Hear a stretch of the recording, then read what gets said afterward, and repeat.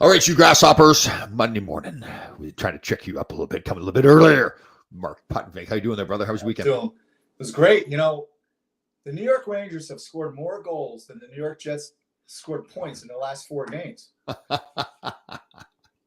That's pretty good. I didn't realize that. Yeah, the Rangers playing well. Well, I think where people kind of think, oh, geez, they got to play better defense. Well, that's just not the way that team is put together, right? They got a bunch of guys who just go, and they got a great goaltender. I don't know if you saw Malkin said in the post that it's the best team in the NHL. Oh, he said that? Oh, wow. Yeah. It didn't prevent him from taking a run on Schneider, but yeah, I know. Well, yeah, they can be. There's no question. But they've got to be firing on all cylinders. Like they're going to play their game. They've all got to be going, and they've got all those forwards now that can do it. Shesterkin was on his game, and that's the thing. If he can play like that, even hold a team. If they can, 2 goals, that's it to the other team. They're going to win more than they're going to lose for sure. Yeah, imagine if you're a team that's playing against the Rangers in the playoff series and think, okay, we're going to have to play Shesterkin 7 times, let's say, well, about 8, or 4 times. Brendan, this is my personal sleep expert right here, Brendan Duffy, personal sleep expert. Nobody else's. So we were talking before the show. This mental self-improvement stuff. Man, this is some of the toughest stuff I've ever done. There's one thing like going and training your body and getting physically stronger, but for me to especially I think because I got so set in my ways that this is the way things are going to be. Whereas now it's like, oh God, I've got some issues I need to deal with. Well, I think for people like yourself and myself to a certain extent, who are very competitive, you always want to win. So winning is you have to have this I'm better than the next guy, and then you go, maybe I'm not in certain areas of my life. I know. And so it's hard. I don't know if it's just athletes or people that are competitive, but I would say that for people in general, just to really sit down and take an inventory is very tough. Oh man, because we're all very defensive, Yeah, exactly. So I told you the story before. So obviously married and divorced twice. My second wife is a fantastic person.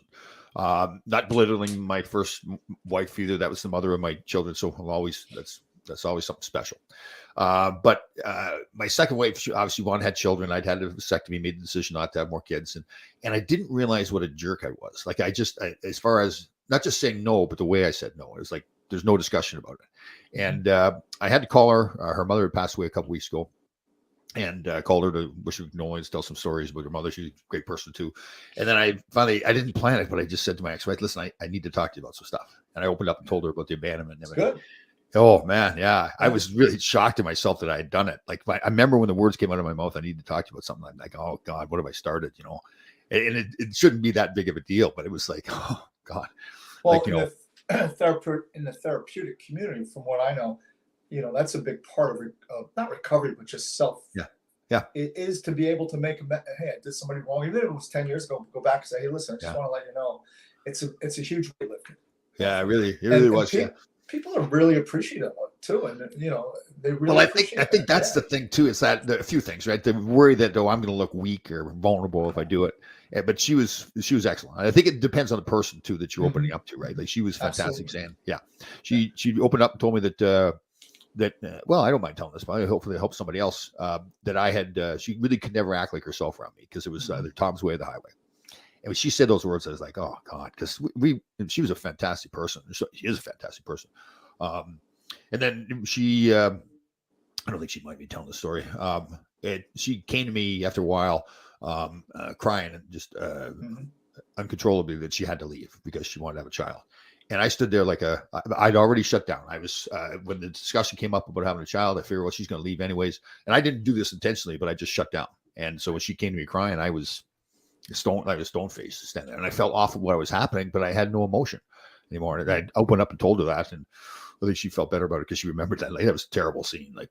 And again, it wasn't done intentionally, but yeah. No, you were shutting down defensively. You didn't want to be in a position where, and you were emotional about it at the time. You didn't realize it because now many years later, you realize it's still there. Yeah, right. Totally. Man. This, it's funny because, we've talked a lot about mental health, and I've yours as well. Like we're in this world, this physical fitness, mental fitness, and always telling other people what they should do, to open up and talk about stuff. Right. And I never really quite grasped how hard it was going to be to do it. Like, oh, yeah, it's very difficult. I mean, it's if you're part of your world is, like you said, physical, and you're training people, and a lot of it's a mental aspect. You have to have in your own mind a persona of who you are presenting to the world. right. And if you're not in your own mindset, I want to show strength instead of really, it should be, and it's very difficult, but it is strength, but it also has to be understanding. And it's tough. It's tough. Yeah, like the whole empathy thing. We joke around about, on Survivor. The doctor told me I need to work on my empathy, and I'd be like, come on, I don't need to work. I'm top Laidlaw. I'm perfect. Right? Well, see, that's the toughest part of coaching youth sports, any sport, because the part of it you have to have you have to have discipline, team discipline.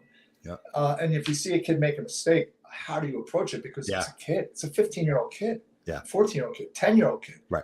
So you got to really be careful with that, because you may not realize the impact what your words are to that child, but they hold on to that sometimes for the rest of their life. Oh, yeah. I remember I've told this story before. I was at a summer camp, hockey camp, just a random camp. It might have been the Billy Harris Davy Keon Hockey School in Toronto.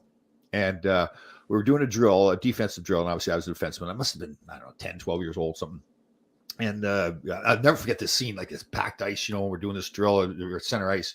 And the one instructor was just a random instructor. And I guess I did the drill properly, and there was no name tags on. And he really wanted to make sure that he signaled me out, or, to show I did the proper. And I think the back of my jersey was Arrowway or something was a sponsor. So he yells, Arrowway, great job. I'll never forget. Like he signaled me out for a bunch of kids I did not know, because we're at a camp there. And told me what a great job he did. That meant so much to me that he did that. And I was so fired up about that. Sure. I'll never forget that. Yeah. That was cool. Yeah, definitely. And so, there are lasting, lifelong impact. That, I remember showing up like literally a minute late for baseball practice when I was 12. Right. And I get out in the outfield shagging fly balls, and I look at the kid. I go, well, "Who's this coach? What are you?" Well, that's my dad. And what? Dude, turned out. Okay, just so you know, Mark's getting a little excited today. He's fired up there. He's got some revenge. He's got planned against some gong owners. Yeah, I got a war going on here. No, and you know what? And then turned out to be one of the best influential coaches I've ever had. Oh, yeah. That's a great point by you. I think we should point that out more often. So youth coaches that help in all sports, first of all, they deserve to be all the credit they get. Sure. But it's also the huge responsibility, right? In good and bad ways. Like, you can really affect people in a positive way by the way they handle them, and you can do some harm to them as well. One of the biggest things I learned, and I've done it too, I participated in as a player and I did as a coach, is that when the teams do something wrong, there's a discipline issue or not playing well, we used to have the bag skate, right? Skate them up and down. So we're teaching them, we're saying, okay, it's a negative when we're skating like that. So you've done something wrong.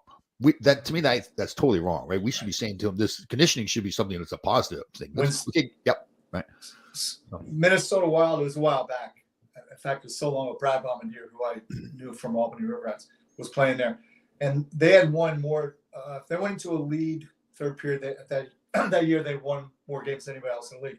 He said, it's our conditioning. We're in better shape for the third period. Right. But yeah, with kids too, like teaching them, this is a fun time. We're going to skate you right now. It's fun time.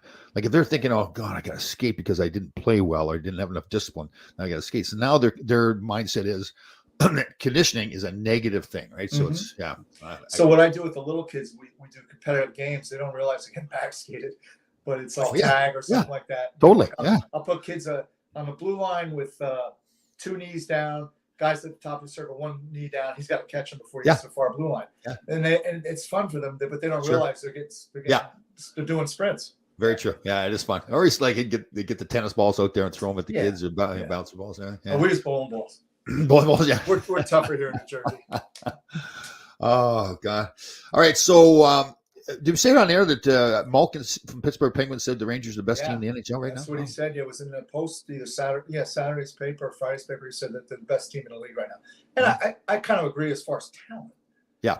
And you and I were saying earlier, and you made a great point, that this team is constructed. To win, and there's a lot of talk about their defensive lapses. Yeah. When you're scoring 7 goals a game. Totally. And you've got Shesterkin in the net. Yeah. Right? Yeah. So now when the rink gets small, as you and I were talking about, if you can keep the other team to 2 or less, chances are you're going to get 3. Yeah. So I guess the thing is, though, okay, so going into the playoffs, how does a team defend the Rangers then? Like, what do they say? Well, we got to slow them down. Well, okay, it's easy to say you got to slow them down, but I mean, You got to do it. You got a lot of guys, right? Usually, most teams have one good defensive line, Well, but even the Rangers top yeah. 6, they could be the top 3 on any other team. Today's world, it's a problem. Back in the day, you just start head up. Yeah.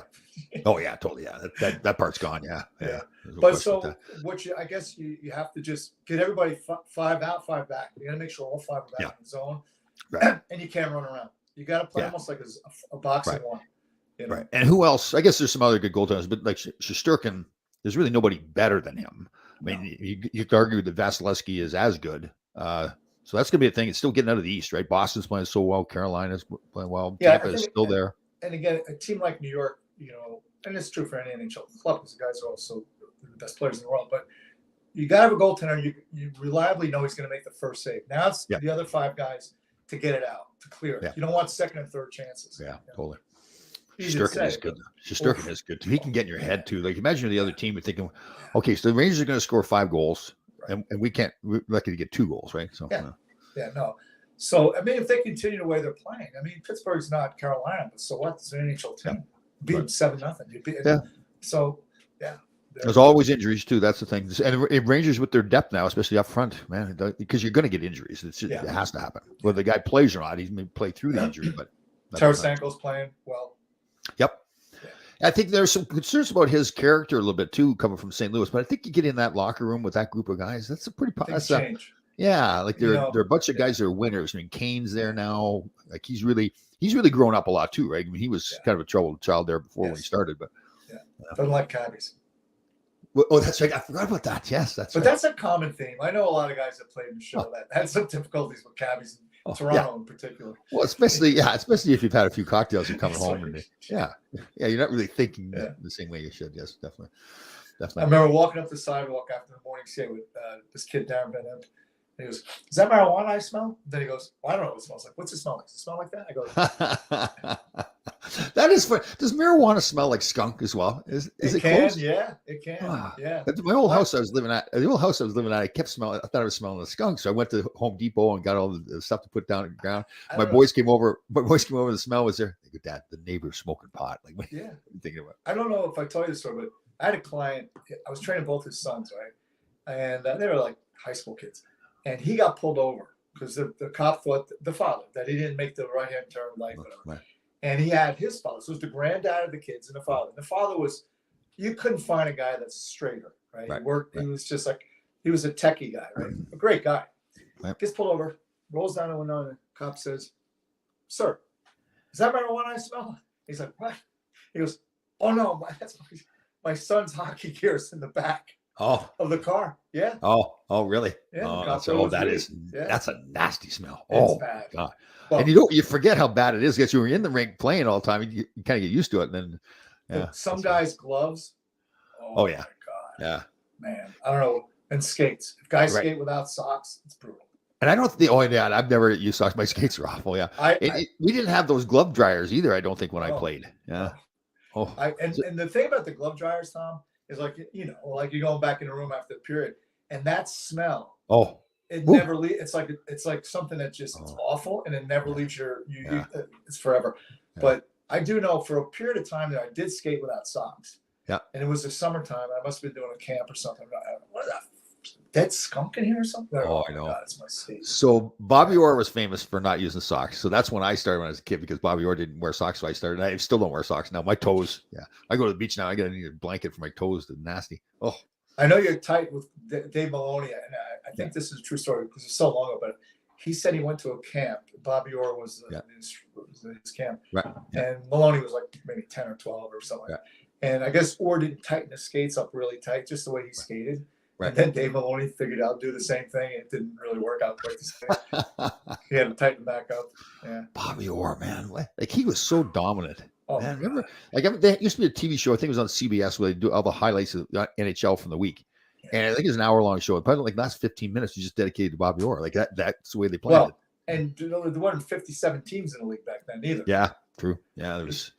Well, that's right. And then eventually 12, right? When they go to 12, that's 67? It might have been 67, 68, but I think Orr was an original sixer, I believe. I have to Google it. Cue comparisons of Laidlaw Bobby. Yeah. We both shot left. That's about it. both scored in the Well, Boston Garden. I was I gonna scored my say, first goal. yeah. Yeah, off JD's leg. JD should have stopped that. I got to call him up. He should have stopped. Yeah, I mean that was he should have had a better angle. Yeah, But yeah. yeah, so but there again, you can't be like we all want to be that guy. You No, I got know. you got to do what works for you. Yeah. Yeah. How does he get? Because I said this about like even with the Gretzky, like he wasn't the best skater, didn't have the best shot, wasn't like a physical specimen. I don't think he was overly gifted. It's just he wanted it, like his will and desire to be a best player. Yeah. Wow. And his mental. I mean, you know, he was. We all know how he would curl up at the blue line and fling a Oh. backhand tape to tape pass Yeah. and Curry stick on the other side of the ice. It was just, And the part of it was that like he did it with authority too. Like he didn't do it. Like if I had tried that, I would have like, okay, I'll give it a shot. Like he didn't give it a shot. the other he said he's gonna do it. Bobby Orr story.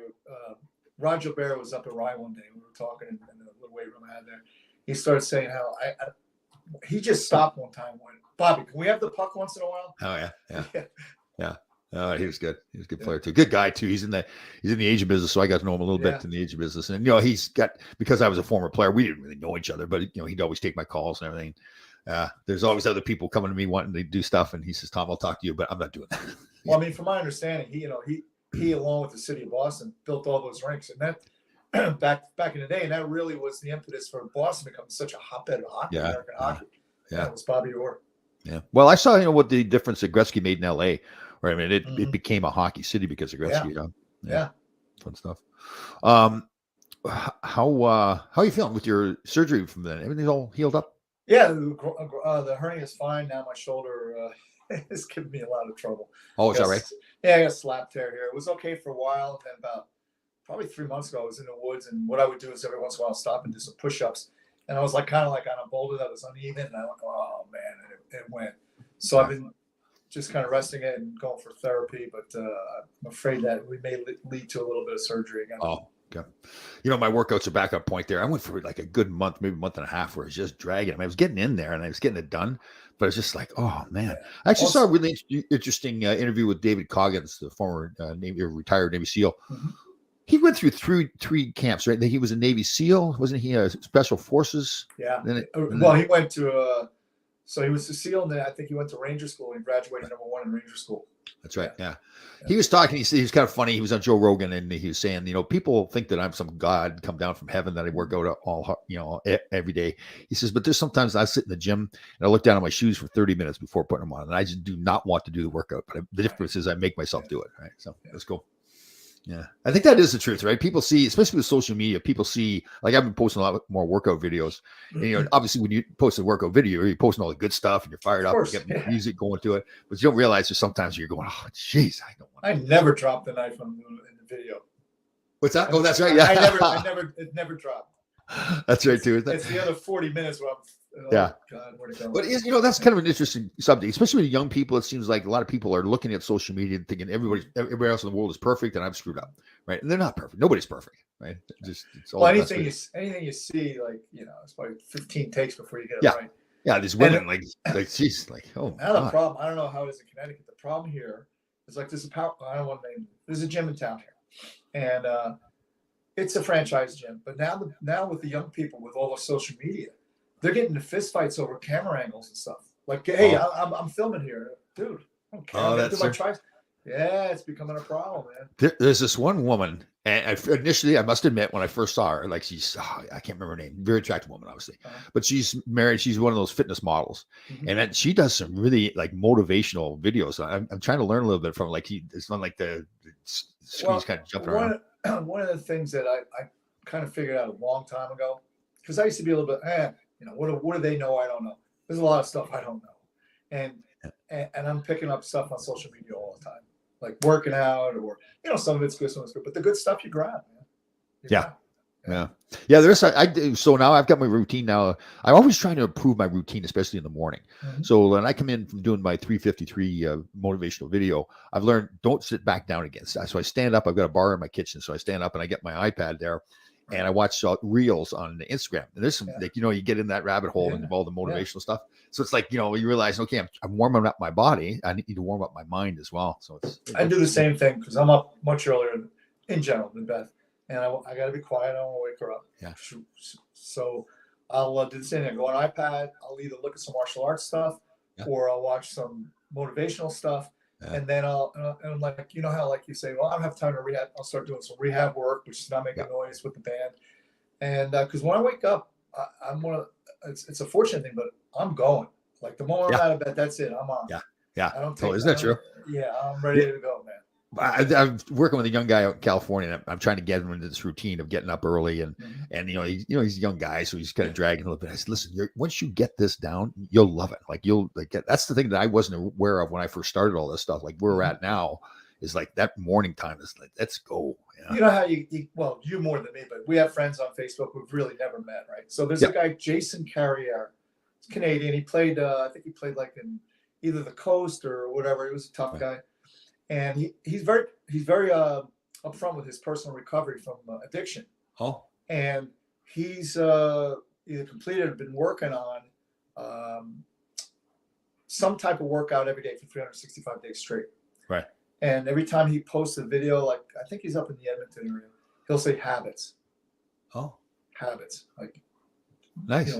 Training day 175. Right. And you think about it, and it's true.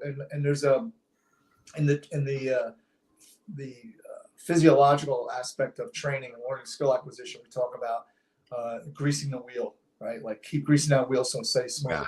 Right. And if you don't, and Jay Wadsworth, who's a really incredible defensive tactics instructor for law enforcement, we got done with a 2-day thing that we just completed with doing a debrief. And his last words, remember, guys, when you walk out that door, you're beginning to suck. You got to work it. You can't just come here for 2 days and think you're set. The moment you step out, you begin to suck. Yeah. So got a good interview with Derek Jeter, and I always admired him the way he carried himself. And I think the guy asked me, so what was one of the keys to your success? He said, without question, he didn't even pause. He goes, discipline. I had a process. I did the same thing every day for 20 years.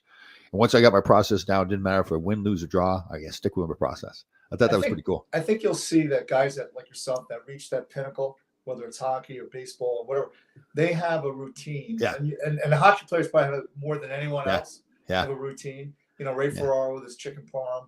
That's right. Wade Boggs, you see fried chicken every pregame. So whether it's working or not, it's still part of it. It keeps you here, right?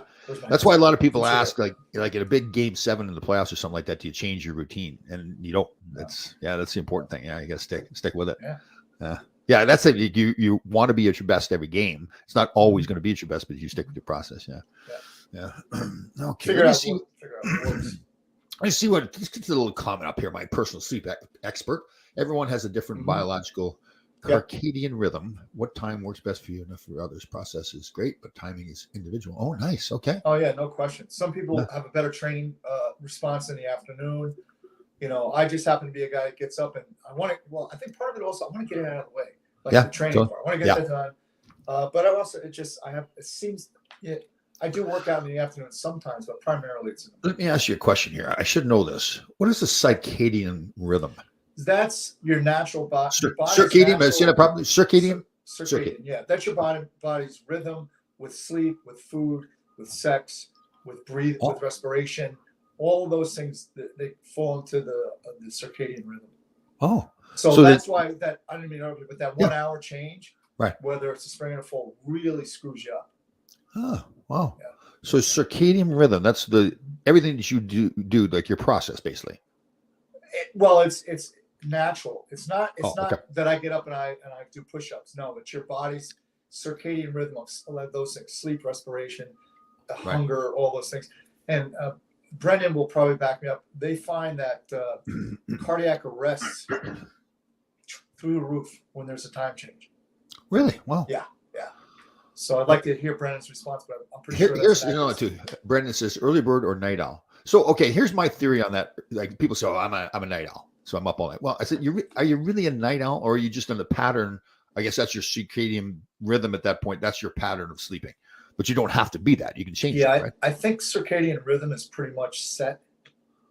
And so, in other words, when it gets to be dusk, we start to get sleepy. That's part of the circadian rhythm. When the sunlight comes up, you start to wake up. That's part of the circadian. Your body responds to the sunlight. Your body responds to the darkness. So that's a process of this, or a manifestation, I should say, of the circadian rhythm. But you can't change that. That is the circadian rhythm. I think it's pretty much set. that's why we don't stay up at night. Right. Physical, Mhm. mental, and behavioral changes that follow a 24-hour cycle. There you These go, light and naturopaths dark. respond Yeah. primarily to light, dark, and affect most. Chronobiology is the study of circadian rhythms. Wow, interesting. Yeah. That's, Yeah, so I've heard that term. Yeah, go ahead. Yeah, he's Brendan's obviously much Yeah. smarter on this topic than we are. Yeah. I did get the light and dark right. You can change somewhat, but it requires. Okay, interesting. I know there's been so much study on men and women that work a night shift. I think a lot of the studies are on law enforcement because they have that. You're working nights, then you're working days, and you really get screwed up by it. I don't know how they do it. Yeah, my dad would be a firefighter. It was like that too. Yeah, he was always changing shifts. I mean, Yeah. he would stay up all night, the night shift at the fire department. Then get in the car and drive up to my games up in northern Michigan, like 12-hour drive. Those guys are gone. Oh yeah, he was. I said to my buddy that where all the men go. There's nobody left like that. Yeah. I always amazed how a player that has routine for many years retires and follows the game that they participate, doesn't follow the game that they participate. You know what it is? So I don't watch a lot of hockey, but part of it is, and again, no disrespect to the players today. The game has changed so much. It's just not the same game at all. We lived by that old theory. We had the code, guys were out drinking beers together. Somebody messaged your teammates, you go beat him in the head. And the game's just not like that anymore. So it's kind of, a lot of times you'll see guys too that don't work out anymore. Well, because they've done it since they're 5 years old. Yeah. It's like, it's just a function of that. I don't want to put my skates on again. I know. That kind of thing. Yeah. So that plays into it. Yeah, you do go for a while. Like, when you first retire, I think you kind of fade away from it. Maybe you don't stay in shape as much. And then you get a little bit older. Like, well, I did. And then I was like, nah, I'm not letting this slide. Then there's the other guys, Tom, you and I know a whole bunch of that. No, they're hockey guys right to the bitter end, man. Yeah, totally. They're coaching, they're skating, and so Ron, everybody's different. Ron Duguay still thinks he can play in the NHL too. Maybe not as much anymore. You know what? He might be able to because they're talking about 2 or 3 more teams. Oh, I know. Yeah. Oh, God. Yeah. He probably that's kind of slipped away like the last 5 years, but there for a while there, we played charity games and he was fired up. Yeah. So they usually would. So a lot of times play Ranger charity games. They'll have, we'll go play some organization. The coaches will all play and they'll have 3 alumni on one team, 3 alumni on the other. And Dukes and I were, 2 ones were best shape. So they put us on separate teams. And I would get my team together all the time. I said, listen, whatever we do tonight, do not let Ron Duguay score a goal. He'd be getting mad, taking slap shots. No, oh God! Hey, did you? I had the game on for a minute last night. There was somebody in Nashville that was firing pucks on purpose at, I think, Tarasenko. Oh, I didn't see that. Like being really blatant with it. Like he'd get and because they're down 7-0. Right. So he's just ripping it at Tarasenko. There's one guy. There's one tough guy on that team on Nashville. Actually, I gave big shout out to. So I was in New Jersey at Fritz Dietl Ice Rink, and it's awful. The name of the organization was they're playing there. They were going down to Nashville to play in a tournament this past weekend. So David Poyle, who's the general manager in Nashville, actually is retiring at the end of this year. Great guy. I've known him for many years. Gave him a call. See if we get the kids in for a pregame skate in the morning. And he's fantastic. Got him in. The kids were just like, coaches were good. They were flipping pucks up to him. So the kids to go there NHL rank. Yeah, so it was pretty cool. So big thank you to David Poyle and the Nashville Predators. They were great. All right, before I forget too, guys, we have got to get going on our dance challenge. It's kind of faded away. I already gave you 2. I gave you 2 videos. I know. Man. It's just kind of faded away. The next one, you know what? I'm gonna be naked. Naked, yes. Yeah. We'll get the little blurry thing, like naked and afraid. It's got to be little. You don't need like a staple. We'll put a staple like that. Like, ma'am. Oh God. That's funny. And Full Chains podcast, it's taken off. I think we're this hockey podcast in the United States. I think we're up to like 45th or something like that. Wow. So it's going well. That's going well. So again, the best place to watch it for us is Apple. And if you can leave comments for us, that'd be great. I think that's part of it. There's a whole chartable thing. We're not quite sure how they determine who's up. So we bounced around a little bit. We started off high, we bounced down, and then we're back up again. So it's good. Fun. So we the Warriors had practice Friday. We had a good practice. We had a good turnout. We had a really good skate. Nice. We have a charity game the 25th, this coming Saturday, against the West Orange Fire Department down South Mountain Arena, New Jersey. Oh, cool. So that's this Saturday? This Saturday, the 25th. Yeah. And people can go to your page to find out all that stuff, your Facebook page? Go to my page, or there is a New Jersey Warrior on both Instagram and on Facebook. But, we're going to have a professional singer do the national anthem. Nice. And she's also, by the way, Tom, really big into the mental health community. She's a very renowned What's her person. name? I'd have to look it up. Ted Oh. took care, Ted did that. So yeah, and then Saturday we did this, the learn to play. I'm sure you've done a ton of them Yep, with the Rangers.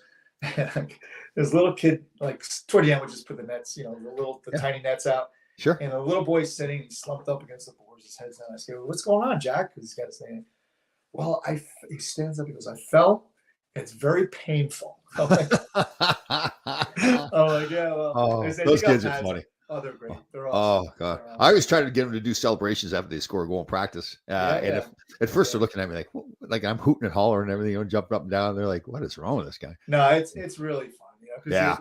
just to get them to go on a little bit. Totally, yeah. Yeah. What I like the best is too, and it's a true story. I tell the kids like when they're falling down, they're crying a little bit, they're nervous at first. I said, "Listen, I played 11 years in the NHL. When I first started, I could not stand up on skates, and they're looking at me like, "Come on, really?" Yeah. First of all, not know whether they really played in the NHL or not. But the fun thing is, by the end of the thing, if they were crying at the start and now they're having fun out there and they're skating around, that's the good feeling, right? So yeah. No, so that it's a volunteer thing, but I think I get more out of it. Oh yeah, I really enjoy it. 100%, 100%. You definitely they're thinking, wow, that was pretty cool. Yeah, definitely. I gotta say, those little blue pucks are hard to handle. Yeah, they won't stay on your stick. Oh yeah. The light ones. Yeah. I'll tell you, I gotta go take a nap. This mental health, I mean this very seriously. I realize you got to do it in little increments because it is taxing physically and emotionally. Yeah. Well, especially I find myself if I've got some dead time, I'm drawn right away to this whole mental health thing. I don't even have to think about getting into the mode. I'm thinking, oh my God. I think part of it is like you said before, it's like the way you treated people before. I don't think I was ever mean to people, but I was like, no. I mean, and you didn't do it intentionally. It's just I remember saying to one I said to anyone I was dating, I'd go, "Listen, I have a code. That code will never change, and that's it." See, you don't have a governor like I have a governor. So I think I was telling you off air, we have a mad pooper in the neighborhood. We've identified twice now who the mad pooper is, and so they're coming around with the dog, and the dog's pooping and not cleaning up. And I mean human size. Oh, okay. And right on your front doorstep, almost right. Right. And so my thought was, I'll gather up. We know where this particular person is. Gather all up and just leave it on their front doorstep. That would be my solution to the problem. But that's the big boss upstairs. Yeah, she put a kibosh on that right away. Why though? Why do women think logically like that? Listen, exactly. And I'm very transparent. Within the past, I don't know, 7 or so years, we've had the police here twice. Oh. So we had a little parking issue here. Right. And so I saw a kid going to the car. It's on Saturday. I got my gym bag. And I said very politely to him, I said, "Excuse me, can you do me a favor?" The other night, I said my wife, we're not married, but I said my wife had to park way down there in the pouring rain. I understand, but if you could park down there. And then he starts MFing me. Oh. So now do you have a driveway or do you park on the street? It's because it's a community. It's the old townhouses. Oh. But they're not designated. That's the problem. Oh, okay. But anyway, so he starts with that stuff. So, okay, this is how we're going with this. I put my gym bag down. I said, "Say that again. I'm going to have my foot so far up your behind, you'll be spitting Nike shoes for a month out of your mouth." Excellent. Nice. Yeah, so now I'll go to the gym and the phone rings. Who's this? Hello? Yeah, Mama PD. I'm like, oh, God. And the guy didn't know me because I trained him at that time. I trained a lot of guys here. He didn't know it was me, and he didn't know me. But someone who did know me was sitting. This lieutenant buddy of mine was sitting right next to him, and he heard the guy go, "Did you say I'm going to stick my foot?" And now my buddy Jeff is laughing when he doesn't know it's me, right? Oh. So I see this guy, Lieutenant Jeff. He goes, "Oh, that was you?" He goes, "That kid wrote a check you can't cash." I said, "Yeah, pretty much." That's right. But then just recently, and it turns out, Tom, that this kid, so Beth's upstairs, and she sees the kid out in the front with the dog craps, kid walks away. So she says, "Hey," so I run out. I'm in flip flops and basically my underwear, right? Running down the street after the kid. And I say, "Hey, no, that wasn't me." Okay, I believe him, right? So now I come back. Now Beth's out in front of her. She goes, "That's him." I go, "The kid with the," yeah. Short as shit. Same thing. Oh, Cops come by. So oh, now, like I'm like the ogre in the neighborhood. Like everybody's like, that guy's crazy. yeah, but you know what though? I guess I've kind of get that a little bit too. But I'm like I said, one guy when I threw the ladder that one time, one worker goes, "Well, why are you complaining? Nobody else is complaining."